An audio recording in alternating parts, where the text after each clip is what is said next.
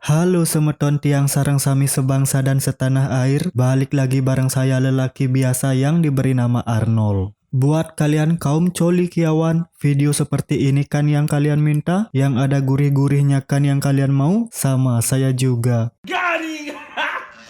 Daripada berlama-lama, hidupkan rokok kalian, seduh kopi kalian, simetriskan kedudukan, dan nikmati alur ceritanya. Di awal cerita kita diperlihatkan seseorang wanita yang diculik oleh pria yang tidak jelas kelihatan rupanya. Wanita itu dimasukkan ke dalam bagasi mobil dengan kaki terikat dan mulut yang dibekap dengan menggunakan lakban. Lalu cerita berlanjut 1 hari sebelum wanita cantik itu diculik. Wanita tersebut bernama Hyunjae yang merupakan orang Cina yang sudah menetap lama bersama ibu dan ayahnya di Amerika. Orang tua Hyunjae memiliki bisnis barang-barang antik di suatu kota kecil di Arizona dan di sana Hyunjae ikut membantu bisnis orang tuanya tersebut. Di sela-sela waktu senggang saat Hyunjae bekerja, dia menemui temannya dan mereka berdua berencana pergi ke bar pada malam hari selepas Hyunjae pulang bekerja. Karena Hyunjae saat itu belum cukup umur untuk masuk ke bar, temannya memberikan KTP palsu agar mereka bisa masuk ke bar bersama-sama. Saat sedang asik dengan udutnya, tiba-tiba ayah Hyunjae keluar dengan tergesa-gesa. Hyunjae lalu menyembunyikan udutnya tersebut. Bukannya dimarah oleh ayahnya, Hyunjae hanya diperingati untuk berhenti dengan kebiasaan merokoknya itu. Sebelum ayahnya pergi, Hyunjae diberikan sebuah hadiah atas kelulusannya, yaitu sebuah cincin perak. Singkat cerita, pada malam harinya mereka pun pergi ke sebuah bar. Di sana Hyunjae dan temannya memesan 2 gelas whisky. Kedatangan mereka berdua ke sana ternyata membuat seorang pria tampan yang memakai seragam pemadam kebakaran bernama Mario memperhatikan mereka berdua. Karena salah tingkah, Hyunjae dan temannya pun menghampiri Mario. Mereka lalu berbincang-bincang sebelum teman Hyunjae meninggalkan Hyunjae hanya berdua dengan pemadam kebakaran gadungan tersebut. Tak terasa waktu pun sudah larut malam, Hyunjae lalu diantarkan pulang oleh pemadam gadungan tersebut. Di tengah jalan Mario beralasan untuk menelepon temannya dan mereka pun berhenti di suatu tempat yang saya tidak tahu di mana. Sebelum turun dari mobil, Mario sempat menikmati bibir seksi Hyunjae lalu tiba-tiba datang sebuah mobil yang menghampiri mereka. Hyunjae yang sempat melihat seragam Mario adalah seragam palsu sadar bahwa dia sedang dalam bahaya dan ia pun mencoba kabur namun tidak berhasil. Di lain cerita, kita diperlihatkan pada seorang polisi bernama Bob. Bob merupakan polisi yang kotor. Di samping pekerjaannya menjadi polisi, ia adalah orang yang memiliki bisnis perdagangan wanita. Di sana, Bob bertemu rekannya yang menemukan sosok mayat wanita yang setengah telanjang. Bob bertanya pada rekannya apa dia sudah melaporkan kejadian tersebut ke kantor atau belum. Karena rekannya belum sempat melapor, Bob lalu mengeluarkan pistol dan menembak orang yang ada di sana. Ternyata wanita yang sudah mati tersebut merupakan wanita yang dipekerjakan Bob yang mencoba kabur lalu dihabisi oleh anak buah Bob. Kembali ke Hyunjae, Hyunjae pun tersadar dan dia sudah berada di ruangan yang nampak seperti ruangan medis yang lengkap dengan seorang dokter. Di sana tangan Hyunjae diborgol dan ada seorang pria berbadan kekar yang mengawasinya. Dokter tersebut lalu menyuntikkan obat bius kepada Hyunjae. Saat tidak sadarkan diri, dokter itu lalu membuka kawat gigi Hyunjae dan memandikannya. Setelah efek bius itu sudah hilang, Hyunjae sadar dan dia sudah berada di sebuah kamar dengan para wanita yang lainnya. Lalu datang Bob dengan seorang pria bernama Fawn yang memerintahkan para wanita untuk berkumpul segera. Para wanita di sana lalu diberikan seekor kucing satu persatu untuk dipelihara. Bob lalu menghampiri Hyunjae yang merupakan orang baru di sana. Bob si polisi babi lalu mengancam Hyunjae untuk jangan berani mencoba kabur karena jika berani kabur, orang tua Hyunjae akan dihabisi oleh Bob. Dan Bob juga memberi nama baru untuk Hyunjae yaitu Eden yang berarti menyenangkan. Di sana Eden diharuskan untuk mandi 2 kali sehari, diharuskan mandi setelah berhubungan seks, rutin mengontrol kesehatan, dan tes kehamilan.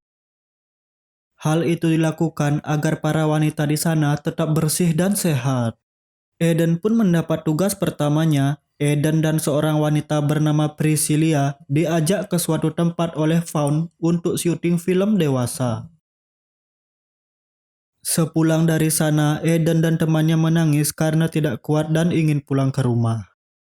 Keesokan harinya, Eden mendapat tugasnya yang kedua. Eden dibawa oleh Fawn ke rumah pria hidung belang yang memesannya. Saat sedang menghisap narkoba, tiba-tiba Fawn mendengar teriakan lelaki dari kamar yang ternyata manuk pelanggan tersebut digigit oleh Eden dan Eden kabur melalui pintu belakang. Fawn yang melihat Eden kabur lalu mengejar Eden. Aksi kejar-kejaran pun dimulai hingga Eden tertangkap tepat di depan salah satu rumah warga di sana. Dua orang warga itu pun bingung dengan apa yang terjadi. Mereka sempat akan menelepon polisi, namun Fawn melarang. Fawn beralasan bahwa wanita ini adalah buron narkoba dan Fawn yang mengaku dirinya polisi akan menangkapnya. Setelah kejadian itu, Eden dihukum dengan cara dimasukkan ke dalam baskom besar yang dipenuhi es dengan tangan yang terborgol. Di sisi lain, Fawn yang teledor dengan pekerjaannya karena membiarkan pelanggan terluka dimarahi oleh Bob si babi. 1 tahun pun berlalu semenjak Eden berada di sana. Hari-harinya tetap dilakukan seperti biasa, memuaskan pelanggan dan cek kesehatan serta cek kehamilan. Saat teman Eden yang bernama Priscilla menunjukkan hasil tes kehamilannya, nampaknya ia positif hamil terlihat dari raut wajah sang dokter. Terlihat Eden di sana sudah mempunyai sahabat yaitu Priscilla. Eden bertanya pada Priscilla mengapa Svetlana diperlakukan sangat spesial di sana. Rupanya dulu Svetlana membantu menangkap seorang wanita yang telah kabur. Semenjak saat itu Svetlana menjadi anak buah kesayangan dan diperlakukan spesial. Eden fokus kepada jari Svetlana yang ternyata memakai cincin punya Eden yang diberikan ayahnya. Saat sedang berbincang-bincang, tiba-tiba pria berbadan kekar datang untuk menjemput Priscilla yang akan dibawa ke suatu tempat. Selanjutnya semua wanita diajak ke sebuah bar untuk dipamerkan kepada para sugar daddy yang ada di bar tersebut. Salah satu dari sugar daddy tersebut memilih Eden untuk melayani nafsunya. Nampaknya Eden sekarang sudah mulai terbiasa dengan pekerjaannya.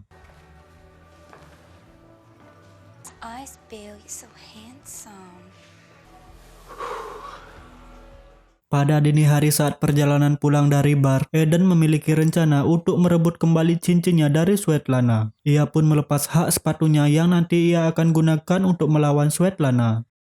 Di dalam kamar, Eden tidak melihat Priscilla ada di sana. Priscilla tidak terlihat semenjak ia dipanggil oleh pria berbadan kekar tempo hari. Saat Svetlana tertidur, di sana Eden memulai rencana untuk merebut kembali cincinnya. Saat sedang bergelut, penjaga di sana mendengar keributan itu dan lalu memisahkan mereka. Fawn yang mengetahui keributan itu lalu menyeret Eden dan diinterogasi mengenai cincin tersebut. Lalu Eden dipaksa menelan cincin tersebut. Suatu hari, beberapa wanita termasuk Eden ditugaskan untuk menghibur sekelompok pemuda yang sedang mengadakan pesta di rumahnya. Saat selesai menghibur di sana, Fawn pun menagih uang pembayaran kepada para pemuda tersebut. Awalnya kesepakatan pembayaran adalah $700, namun karena mereka lembur, pembayaran menjadi $1.000. Awalnya pemuda itu menolak, namun karena Fawn marah dan memukul pemuda itu menggunakan gagang pistol, pemuda itu pun takut dan membayar uang sebesar $1.000 kepada Fawn. Saat mereka akan pulang, ternyata dua wanita telah berhasil kabur dari Fawn. Di jalan Fawn pun panik karena takut Bob akan memarahinya. Mereka pun sempat berhenti di pinggir jalan tepat di depan minimarket. Tak sengaja Eden melihat dua wanita tersebut di dalam minimarket tanpa disadari oleh Fawn. Eden lalu memberitahu kepada Fawn bahwa dua wanita itu ada di sana. Semenjak saat itu, Eden menjadi anak buah kesayangan Fawn. Pada malam itu saat Eden sedang tidur, ia terbangun dan pergi ke kamar mandi untuk buang air besar. Eden berharap cincin yang ditelannya keluar bersamaan dengan emas kuning yang akan ia keluarkan dari lubang anusnya. Nasib baik bagi Eden yang ternyata benar saja cincin tersebut berhasil keluar dari lubang anus Eden. Keesokan harinya, kembali para wanita disuruh berkumpul di depan. Di sana, Eden diperintahkan untuk ikut dengan Fawn ke rumahnya. Di rumah Fawn, Eden ditugaskan untuk bersih-bersih rumah. Cleaning supplies. Get to it. Saat sedang bersih-bersih, Eden melihat beberapa foto masa lalu Fawn. Di sana, ia menemukan sebuah foto di mana Fawn sedang berfoto dengan pria pemadam kebakaran gadungan yang bernama Mario. Ternyata Fawn dan Mario adalah sahabat sejak lama.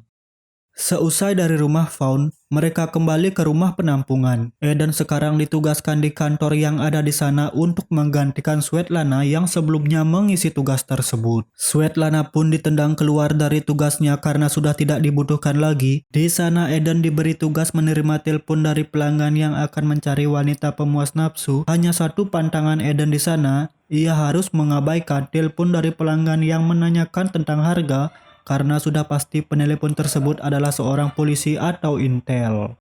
Suatu hari Fawn mengajak Eden ke suatu rumah milik Dave. Dave adalah seorang pria tua yang menjual narkoba. Di sana Fawn membeli beberapa narkoba dan Fawn juga menyuruh Dave untuk menyuntikkan morfin ke lengan Eden. Right. I'm gonna teach you how to drive. Karena efek morfin tersebut, Eden yang sedang diajarkan menyetir oleh Fawn tentu tidak fokus yang membuat mobilnya jadi ikutan oleng. Pada saat Fawn asik bercerita, tiba-tiba Eden tertawa sendiri karena halusinasi yang dirasakan berkat morfin tersebut. Eden juga tiba-tiba ingin menyepong manuk milik Fawn, namun bodohnya Fawn malah menolaknya. I'm not one of those Skin lalu berganti dengan memperlihatkan Bob si babi yang sedang memberi motivasi kepada para anggota polisi lainnya. Seusai mengisi acara tersebut, saat akan pulang seseorang memanggil Bob dan bertanya mengenai kasus tertembaknya 2 orang yang menemukan seorang mayat perempuan. Dengan teknologi GPS pada saat itu, para petugas melacak dan menemukan bahwa handphone milik Bob berada tidak jauh dari tempat kejadian perkara. Namun Bob berbohong kalau dia sama sekali tidak tahu menahu mengenai kasus tersebut. Di sisi lain, Eden menerima sebuah telepon dari pelanggan. Saat selesai menanyakan alamat dan identitas lainnya, sebelum Eden menutup telepon, pria di telepon itu menanyakan harga. Eden yang tahu bahwa penelepon itu adalah intel, melihat ke sekitar ruangan tersebut. Di sana Eden yang melihat ruangan tersebut aman, berencana untuk membongkar sindikat jual beli wanita tersebut. Setelah itu Eden diajak Fawn untuk menemui Bob yang akan memancing di sebuah danau. Saat sedang asik memancing, tiba-tiba Bob dipukul menggunakan benda tumpul oleh Fawn hingga Bob si babi merenggang nyawa. Fawn nampaknya ingin menguasai bisnis yang sudah dijalankan Bob sendirian. Setelah itu Eden diajak ke rumah seorang temannya. Di sana Eden sadar bahwa teman Fawn itu adalah orang yang menculiknya. Terlihat tato yang sama dengan tato yang dimiliki pria yang telah menculiknya dulu. Saat Eden akan ke kamar mandi di rumah itu, ia melihat ke sebuah ruangan di mana ruangan tersebut adalah ruang melahirkan. Ternyata jika anak buah Fawn ada yang hamil, akan dibawa ke sana dan nantinya anak yang dilahirkan akan dijual. Lalu Eden membuka ruangan di sebelah ruang melahirkan itu. Di sana ternyata ada Priscilla yang tengah hamil. Di sana Eden berbicara pada Priscilla dan berjanji akan mengeluarkannya dari rumah tersebut. Singkat cerita, anak buah Fawn yang bernama Ivan telah mengkhianatinya. Ivan telah bekerja sama dengan polisi untuk menangkap Fawn. Karena tertangkap basah telah berkhianat, Ivan pun dihilangkan nyawanya dengan dipukul menggunakan palu besar.